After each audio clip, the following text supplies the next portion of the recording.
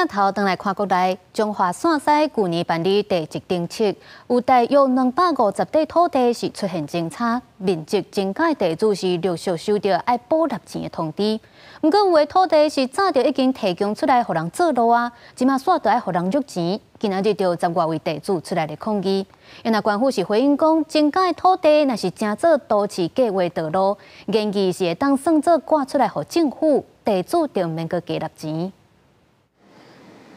土地制度，佮家己无偿提供用地建造出来的车路，中华线西乡民以做公约450栋，最近煞互通知讲，土地登记了后，加70几平方公尺的土地，要补纳地价43万，土地该继续做车路使用，伊批评讲无合理。感觉无合理啊！我个人行去收钱，叫人来搁搭买地。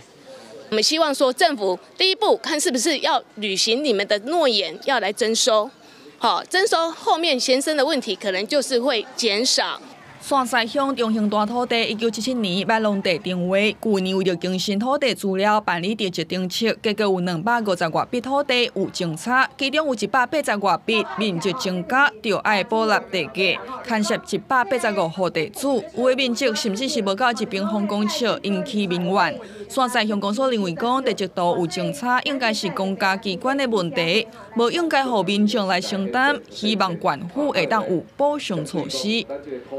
他们无偿提供使用，我们应该很感谢我们的地主，所以我们希望县政府这边能够协助，那看我们应该要怎么把这个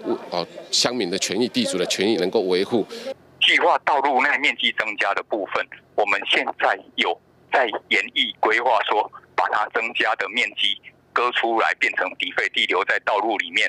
可是这个规划必须要送我们县农地重划委员会通过。 中华县地政处表示讲，登记后土地面积增加，补纳地价拢是依法办理，毋过考虑地主的权益。目前建议土地若是伫咧都市计划道路内底，会当分割出来做底废地，毋免另外纳钱。已经送县农地定位委员会审议，若那民众有任何疑虑，拢会当提起诉愿，地政处嘛依法处理。记者中华报道。